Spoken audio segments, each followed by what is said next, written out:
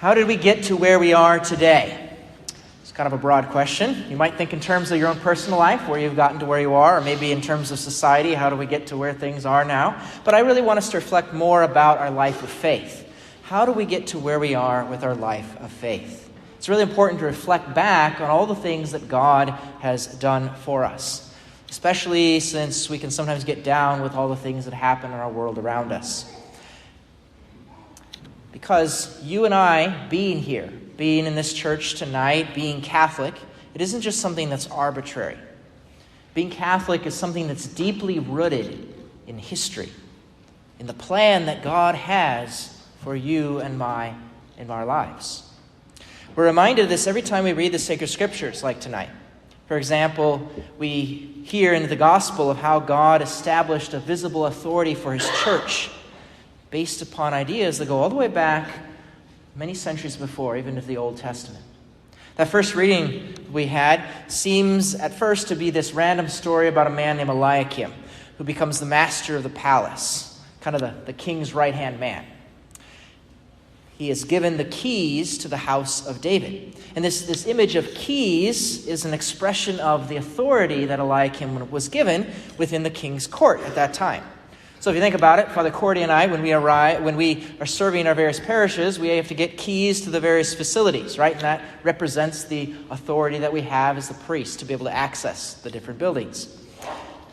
So the same kind of image is used here for Eliakim, and then by Jesus again in the gospel, where he says to Peter that he gives him the keys to the kingdom of heaven. So if you think about it, this image of the keys, this image of an authority, it's given to, say Father Cordy and I for a period of time while we happen to be here. But then, when priests are moved around, then we pass the keys on to the next one, right? We kind of give it to our successors. And that's the same thing that's true for Peter and his office. The keys have been passed down through the centuries from pope to pope 266 times. Ultimately, the church belongs to Jesus.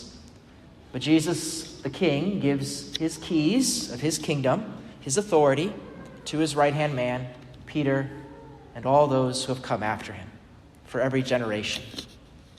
So we can see that the faith has this stretches back in time and forward in time as well. For each of us, the faith has been passed down through the centuries, through the preaching of the apostles like Peter, through different saints, depending upon where our backgrounds, our ancestors came from.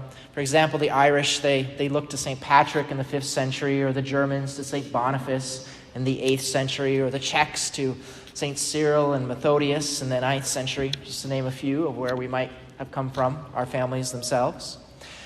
Over the past year, as we've been going through this journey of faith transition, I've been reading more and more about the beginnings of our faith here in the rural parts of our archdiocese. Thinking back on how did the Catholic faith come to you and I? What was it like in the pioneer days? What was it like for the priests who brought the sacraments to your great-great-grandparents?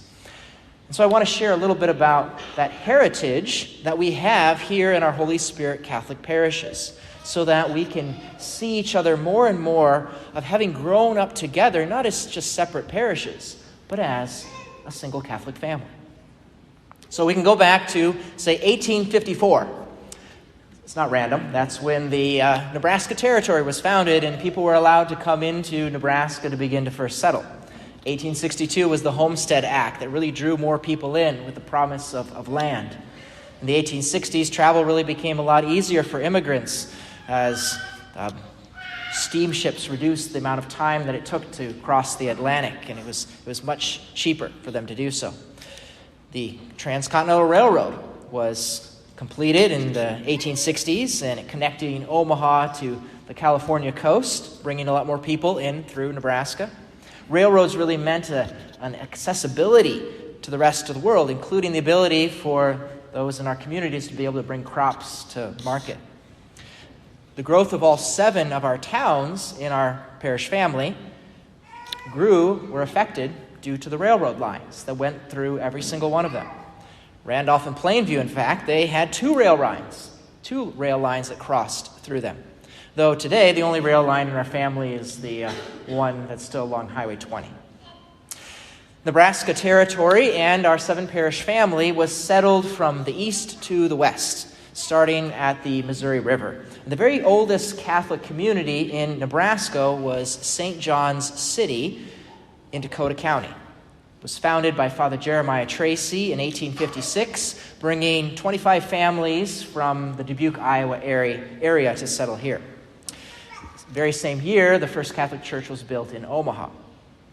By 1859, the bishop had only 3 priests to assist him in covering the 357,000 square miles that comprised the Nebraska Territory. Included not just Nebraska, but also parts of Utah, Montana, and the Dakotas. The first Catholic settlers within the region, specifically of our 7 parishes, made their homes in the Ponca and Newcastle area. Of all 7 of our towns, Ponca is the oldest. It's the 4th oldest town in the whole state, actually.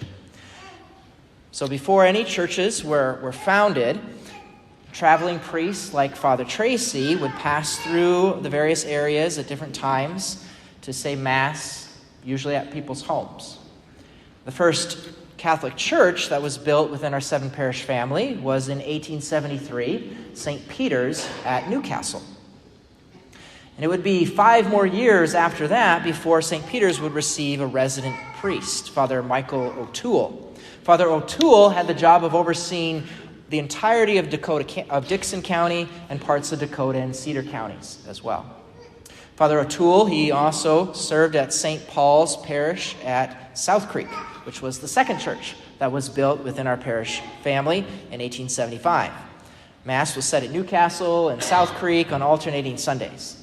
In 1878, St. John's Parish at Willis was built, and they were taken care of from the priest at Jackson. And then in 1883, Father O'Toole helped establish another church, St. Patrick, at Tara Hill. You can actually go visit Father O'Toole's grave at the St. Peter Cemetery in Newcastle. So let's move on into Cedar County here. The first of the Catholic churches here in Cedar County were actually north of our parish family at St. Helena in Bow Valley. And the town of Hartington was founded in 1883. And since there was a lot of Catholics here in Hartington, a church was built but a year later in 1884. Holy Trinity had Mass once a month when the priest would come down from St. Helena and Bow Valley. And then in 1886, a couple years later, Hartington received their first resident pastor. Catholics living about 7 miles east of Hartington in the East Bow Creek area had visiting priests say Mass on occasion, at first in the district school building there, until 1887 when St. Catherine's Church was built there at East Bow, served from priests that were here in Hartington. Same year, in 1887, St. Michael's in Coleridge was built, served first as a mission from here in Hartington and then actually from Emerson. Ponca, as I mentioned earlier, is the oldest town in the family, but since Catholics were able to go to Mass at St. Paul's at South Creek, the first Catholic church wasn't built in Ponca until 1890. And then at that point, St. Paul's was served from the priest at Ponca. Like many of our parishes, the Catholics in Randolph were initially served by priests that came visiting at irregular intervals, most specifically priests coming from Hartington to Randolph. Before a church was built there in Randolph, they celebrated Mass at the grocery store. They built an altar using empty food crates. Once the church was built in 1892, they received their first pastor, Father Hork, in 1894, but they had struggles being able to provide even enough food for the pastor, so he almost left, though fortunately he ended up staying. In 1892, Monsignor Vranek at St. Ludger's in Creighton began to organize a mission church at Osmond. Before the church could be dedicated, though, in 1897, it was destroyed by a tornado. But that didn't stop the congregation. They simply rebuilt it. St. Mary's in Osmond was initially taken care of from the priest in Randolph, which is why all the earliest records for Osmond are actually in Randolph's sacramental books. Then Catholics in Plainview, they completed a small brick veneer church in 1902 and were a mission of Creighton. When Osmond received their first resident pastor in 1904, then Plainview was served from Osmond. As time went by, there were a few other Catholic churches that were built in close proximity to our seven-parish family. In 1904, Our Lady of Sorrows was built in Carroll.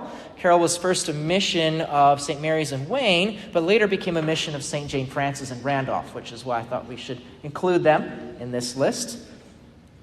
In 1905, St. Mary's in Belden was built. They became a mission of St. Michael's in Coleridge, who had just received their first resident pastor. Same year, in 1905, Immaculate Conception Church in Waterbury was built. Immaculate Conception would be connected to several other parishes, Jackson, Willis, and Ponca as well. Finally, in 1914, the St. Francis Church in Obert was built as a mission of Saints Philip and James at St. James. Included them since if you go from here in Hartington up to Newcastle, you're going to pass right through Obert on your way. So by 1920, the area of our seven parishes actually contained some 15 churches. So to summarize, our parish family was settled from the east to the west. All the parishes were founded within 30 years of one another. And so that means that every single one of our seven parishes is more than 120 years old. St. Peter's in Newcastle is the oldest. They just celebrated their 150th anniversary this past May. And St. Paul and Plainview, they're the baby of the family. They're the youngest. They're only 121 years old. So I encourage you to go and to visit some of the other churches in our family sometime. You know, it's really interesting to note that when you go there, you'll find that all the churches you see are younger than the parishes themselves. For the first church that was built at each of the locations aren't there anymore. Due to various reasons like the need for expansion, so you build a bigger church, or disasters like fires, like unfortunately happened here as well. So even though Newcastle and Hartington, Coleridge, and Ponca are the oldest parishes, they actually have the newest churches, built in the 50s and the 60s. Whereas St. Mary's and Osmond may be the second youngest of our churches, of our parishes, but it has the oldest church, built in 1912. So if you find any of this history interesting, all of our parishes have parish histories that we can read. And when I'm back here in 2 weeks, I plan to give kind of a part 2, kind of related to the history of our parish families. Some of you may have seen some of the videos that I made about a year ago on the journey of faith that we sent out through our flock note. I've been also working on a new video series called Faith on the Frontier, which really looks at a lot of our Catholic history in our rural areas. It's kind of helped me this past year to process all the changes, the transition into what my priesthood may look like in the future. And so it might help you as well through the same kind of processing of transition. I started sharing the episodes at the end of our bulletin flock note. If you happen to scroll down to the bottom, you can find it there if you'd like to watch them. If you're not receiving the bulletin flock note emails, all you have to do is go to hscp.flocknote.com. That's Holy Spirit Catholic Parishes, hscp.flocknote.com.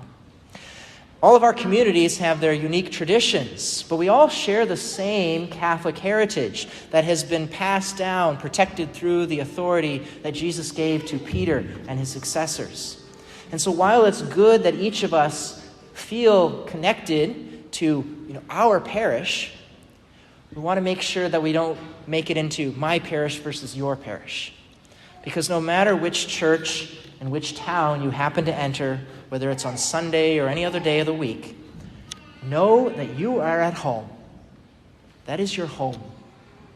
Each of our parishes, to use an image from last week's readings, is meant to be a house of prayer for all peoples.